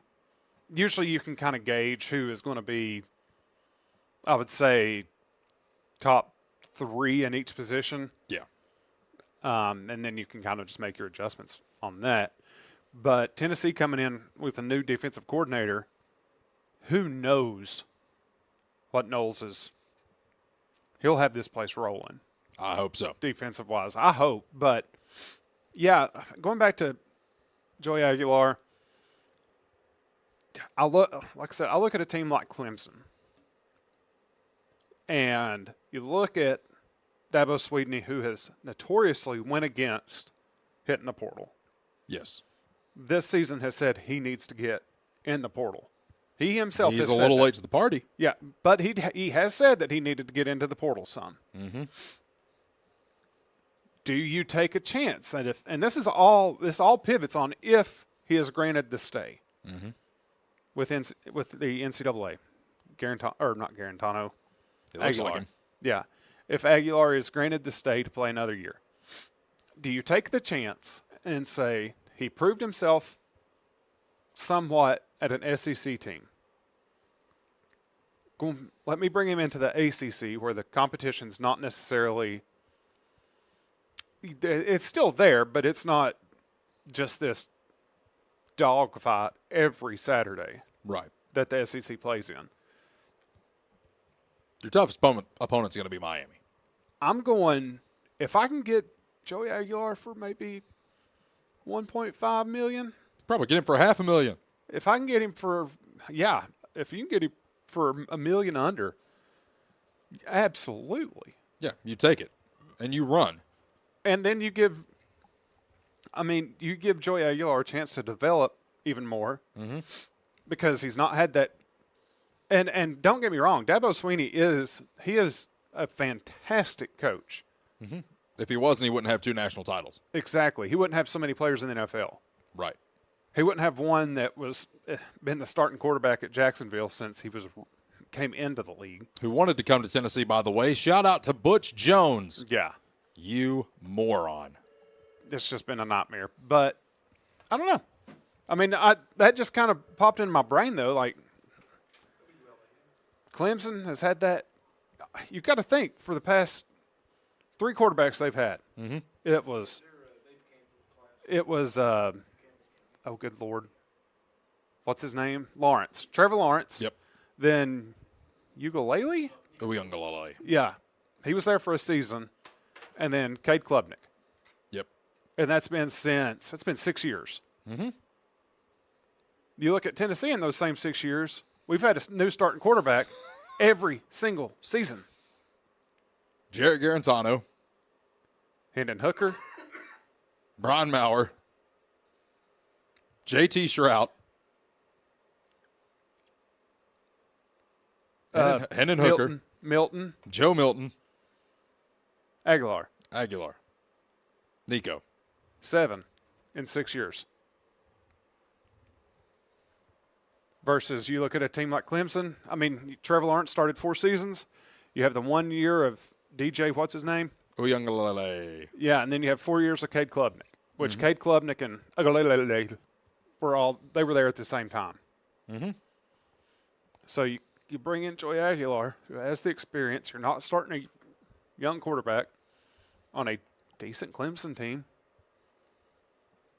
They may have some success next year.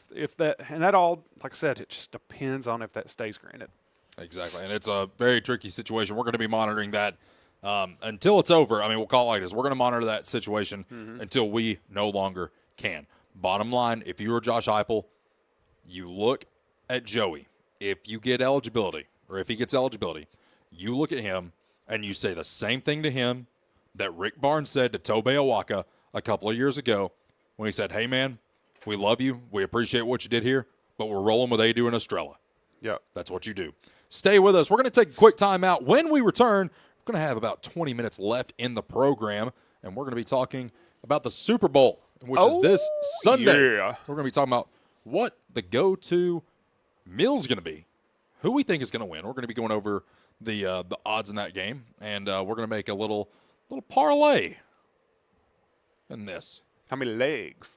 4. 4 legs? Yeah, I like 4. 4 legs. Stay with us. Jake Miller Sports Talk continues right after this. Get your game plan together and know where to go before an emergency arises. When life trips you up, La Follette Medical Center's FAST ER stands ready to address your healthcare needs. From treating broken bones to caring for life-threatening conditions, the emergency room at Tennova Healthcare's La Follette Medical Center is the ultimate team player. Learn more at TenovaLaFollette.com. Tennessee Gas is your family-owned and operated one-stop shop, full-service propane and welding supply company. Whether it's a propane tank swap for changing suppliers or a complete new propane tank and service install, Tennessee Gas does it. See the welding supply showroom. Ask about leased welding gases, ideal for welding or small car shops. Live and local when you call, and your purchase dollars stay right here at home. Highway 116 on the county line. Tennessee Gas, small enough to know you, large enough to serve you. Keeps your family warm one tank at a time.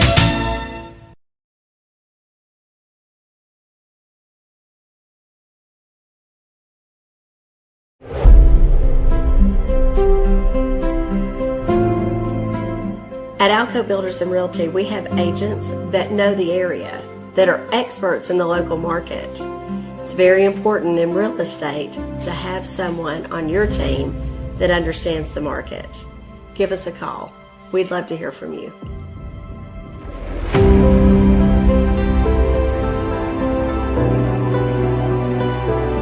For more than 5 decades, one name has delivered excellence in paving: Boshears. Boshears Paving. From the perfect finish of your home driveway to commercial parking lots to roads for a new subdivision, Boshears Paving handles all types of paving projects. Boshears Paving protects your investment, enhances curb appeal with expert seal coating and precise professional striping. Unmatched quality, reliability, and service you can trust. No matter your paving needs, Boshears Paving is your solution. Call them today, 423-562-2162.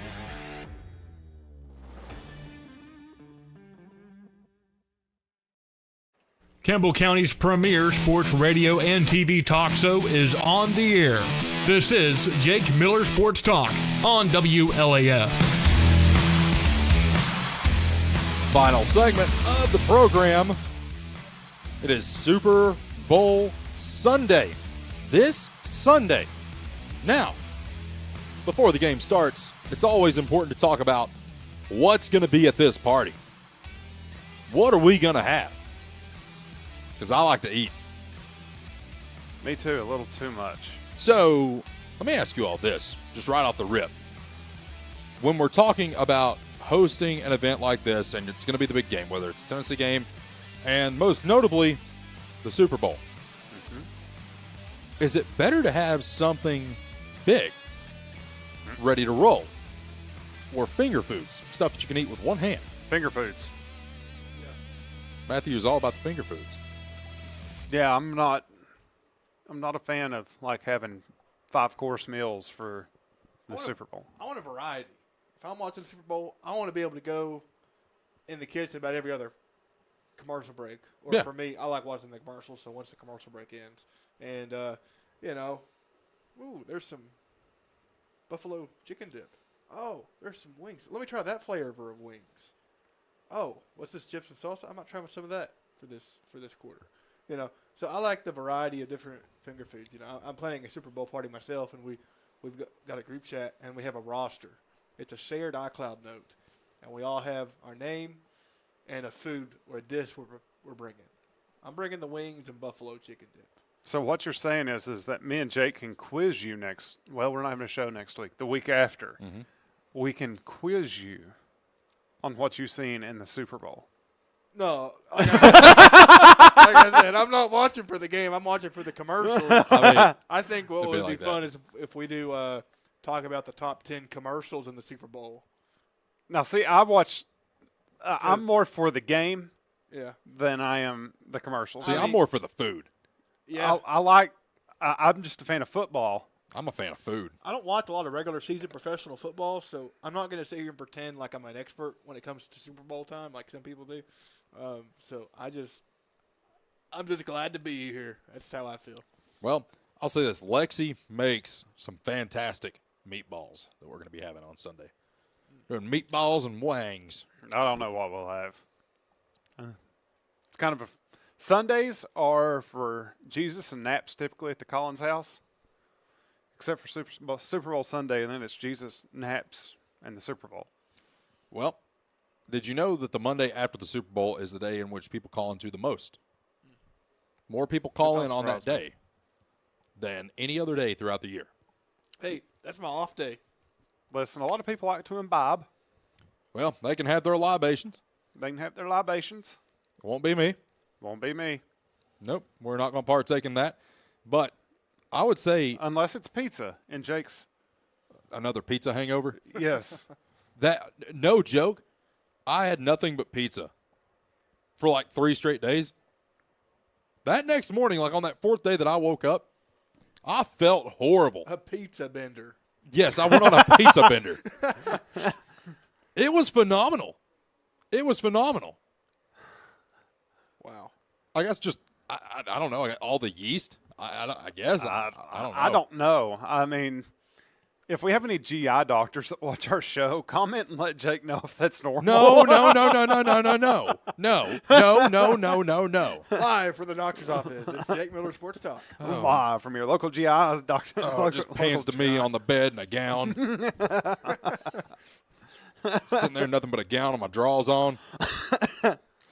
No, that'd be a terrible idea. But I'd say probably the best Super Bowl food is probably like wings or meatballs. Mine, my go-to would be... Because pizza can get a little sloppy, and plus you can't get Charlie's on a Sunday, so I'm not going to be eating pizza. I would say my favorite would probably be like those ham and cheese sliders that you put butter and poppy seed and garlic and the like butter. with the pepper jack cheese on them? Yeah. Ooh. And then you bake them. Mm-hmm. Those are danger noodles. Those are good. What bacon wrapped little smokies?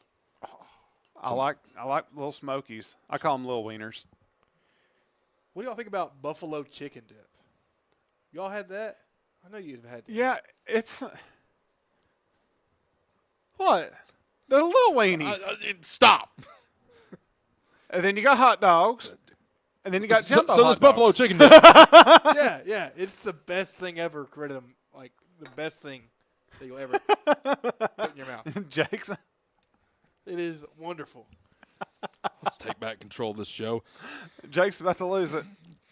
Bottom line, there ain't going to be no pasta at anybody's Super Bowl party. No, just a whole lot of meat. Stop it. Anyway, all right.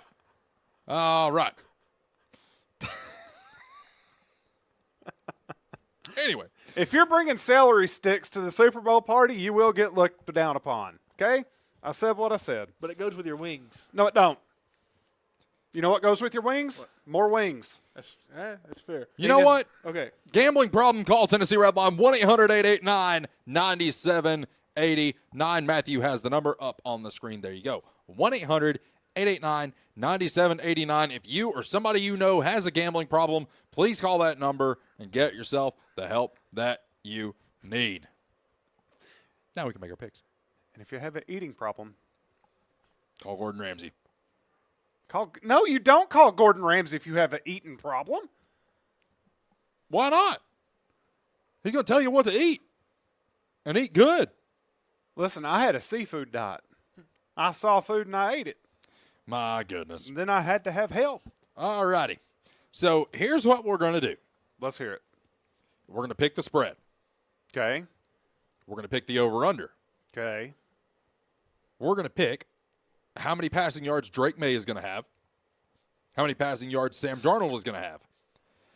And then this game is played in California. In California. No weather to worry about. Yep. And then we're going to do wind. And then we're going to do a fun one at the end. Okay. And I'll tell you how much money you could make if you were to bet $10 on this particular score, because we are going to pick the correct score. Okay. Let's hear it. That cool with everybody? Yep. All right. The spread is set at 4.5. Seattle is the favorite in this game. Daniel, are you taking Seattle or New England to cover? New England. Seattle. I'm going to take Seattle as well. I picked the Seattle Seahawks to win, obviously, by that pick. Same with Matthew. The over-under is set at 45.5. Does it go under or over? Over. Under. I'm going to say over. I'm looking at probably like 60, 65. I'm actually right around that range with my correct score prediction, so I'm going to go over as well. All right.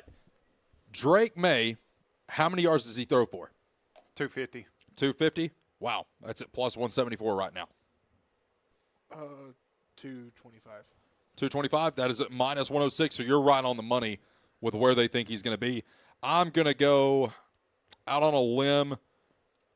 I'm just going to say he throws for 200, and I'm going to, give myself a little bit of a cushion there and just add to the parlay. Sam Darnold, how many yards is he going to throw for? 225. That is right where they think it's going to be. It's right around the 230 mark is what they're predicting. So that's at minus 128. Matthew? I'll go with the 230. Go with the 230. So you're at plus 100, right even. I'm going to say he throws for 275 plus. Ooh. So that's at plus 270 right now. Now, when I get to it, we are going to pick the correct score for this game. And this is one of the hardest bets to make in anything, is the correct score. I got to see what I got to do to get right at 65. To get right at 65, there's a lot of things you can do. You can also bet, will there be overtime? No. You won't win a lot of money if you bet $1. I'll say that. You might win a penny. Because I'm wanting to get to the correct score odds, because this is the one that's most interesting, because I was 1 point off of each side a couple of years ago when the Chiefs won it. If we can find it. That's the thing. It is hard to find that particular prop because they know if somebody actually hits it, somebody's going to be making a lot of money. And it ain't going to be the sports books. So, score predictions right off the rip. What are we thinking? I'm going to say 34-31. That'd put me right at 65. 34-31. Yeah. I'd say your odds on that are actually fairly high. 34-31, last second field goal by New England to win. And I don't like New England. There's just something about Mike Vrabel in these big game situations to where somehow he figures out something in the fourth quarter and they pull off something stupid. You think so? Yep. This is a weird one. I cannot find it. You can find the exact team winning margin. So you're saying Patriots by 3. Yep. That's if they win by exactly 3 plus 1,100. I'd be sitting pretty. Matthew? Can you give me a score prediction? I think it'll be a low-scoring game. Maybe. You think like 2017? Yeah, something like that. Seahawks? Yeah. To win exactly by 3 plus 950. Okay. I'm going to take. Are a little different.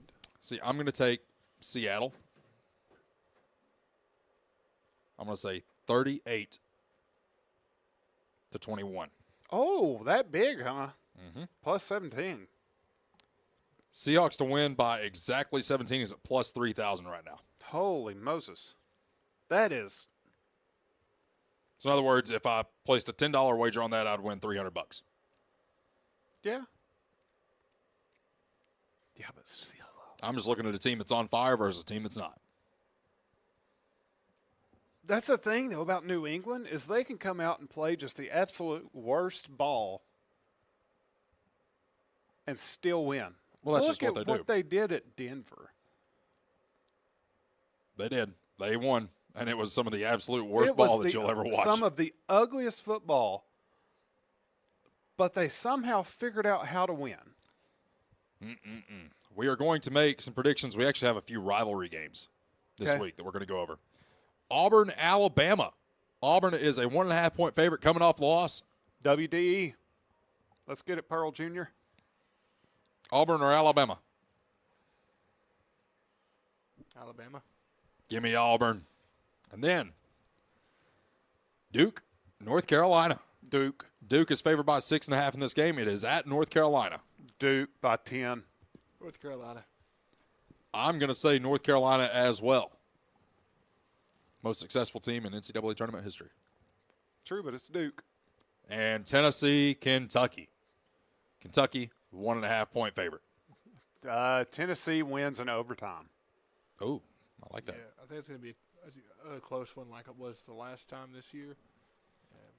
I think Tennessee's going to get it. I'm pretty positive in the overtime. Like I'm very comfortable. You think it's going to go to the distance? Yeah. All right, and now it is time for your Slicks pick of the week. Will Campbell County students attend school over or under 3.5 days? Jonathan chimes in. He says over. Anthony says over. Chastity says under. Sheena says under. Over. Under 2.5 with the push. The Undertaker. Yep. I think we're going to go to school every day next week. Oh. Oh. I don't know. I'm going to take the over. They're going to go at least 4 days. Okay, well, I'm the only one taking the under, and I'm the only one that's got a kid in this. So. And now it's time for the weather report for next week.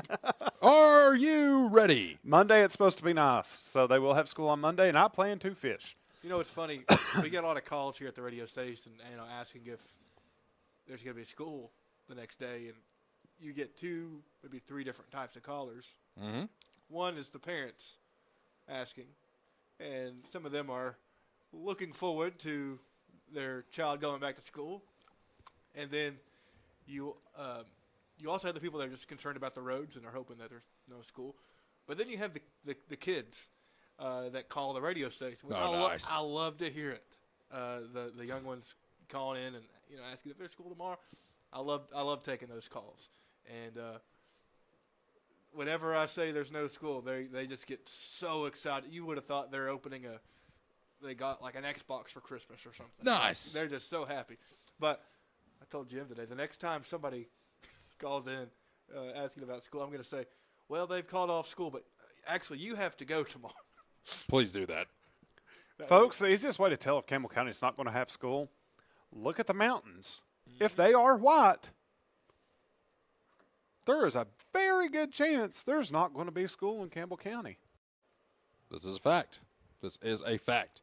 Now, having said all that, we want to give a quick shout out to our friends at Slicks because they actually hooked me up today. Let you all see the actual finished product instead of what looks like a toupee on the side of my head because of my headset. But I want to give a quick shout out to our friends down there. Nelson does a phenomenal job. Makes everybody that comes into his shop feel like they're at home. That's my favorite part about going down there is you feel like you're at home. It's like you walk in, start having a conversation with them because as a guy, you want to be able to have a conversation with your barber. Mm-hmm. There's nothing worse than going to a barber and then you don't say anything. Yep, they're just quiet. Done. If I wanted to do that, I'd go back in the Army. And I ain't doing that. Trust me, if you're joining the Army to get a haircut, something's wrong. I have to research current events every time I go into the barber shop so I can have something to talk about. All you got to do is just sit there and listen. Well, yeah. Mm-hmm. If you want to hear anything about what is going on in your county, go to a barbershop. Go to a barbershop. You don't even have to get cut that day. Just go in and chat. Just go in and chat. We should do a show from Slick sometime. Let's table that. Actually, I can get a hold of Nelson and see what we can do. Let's do that. Let's go in there, broadcast the show. In the chairs. I want you to get a beard trim. Yes, I need it. And a haircut. We all get haircuts on air. On air. With Nelson talking us through it. No, but I can't get a haircut because I said I wasn't going to get my haircut the rest of the year. Well, you're going to have to change that. I'll get my beard cut. There you go. I'll just trim my own beard. They do beard trims. See, I'm a strong, independent man. Hey. Actually, I really do need my wife. But I told her I was going to let my hair grow out, and she said there's no way I can do it. So now I have to make it. When they were in their old location, that's where I went for my wedding. Really? And they did really good on that. Nice. Yeah. Yeah. And before I went to the beach last summer, I went there because I wanted my hair to look nice. See, my childhood barber, if you ever went to Big Orange Barbershop down here, you know exactly whose name I'm about to mention. It's Ray. Ray and his brother would come in on the weekends because they only worked Thursday through Saturday. And if Ray wasn't there, you knew where Ray was. Ray was getting him something to eat. Aren't we all? Where was that at? It's just right down here. Oh, I don't know. Like Hades? Yeah, Big Orange Barbershop. Never been there in my life. So he actually cut 4 generations of hair on Mamaw's side. So he cut Mamaw's dad, Pat and Marlowe's hair. Then he cut my papaw's hair. Then he cut Mike's hair. And then he cut mine, Mitchell, Zach. All got our first haircut down there. I went to some guy in Lake City. Some guy. I can't think of his name. I went to a place, and me and my dad would go to this place in the fall. It was not Big Orange Barbershop, but it was on the main strip. Mm-hmm. He's still cutting hair now. Oh, is he really? Oh, yeah. Nice. But, yeah. I don't know. If you ever want to know anything about Tennessee football, just go to Ray. Because Ray actually cut Johnny Major's hair when he had a shop over off Cumberland Avenue. Wow. Yeah, I don't know who else cut my hair. I know at some point I just shaved it with a razor in my bathroom. Worst haircut I ever got was so bad. When I got home, I just took the clippers to it. I went bald. I went bald for 3 or 4 years. You don't need to go bald. Unless you have to, you shouldn't. That's just what I think. I've showed you all basic training, Jake. We ain't ever going back to that. We ain't ever going back to that ever again. Ever, for never, ever. That's why you need to go see our friends at Slicks. Go see Nelson.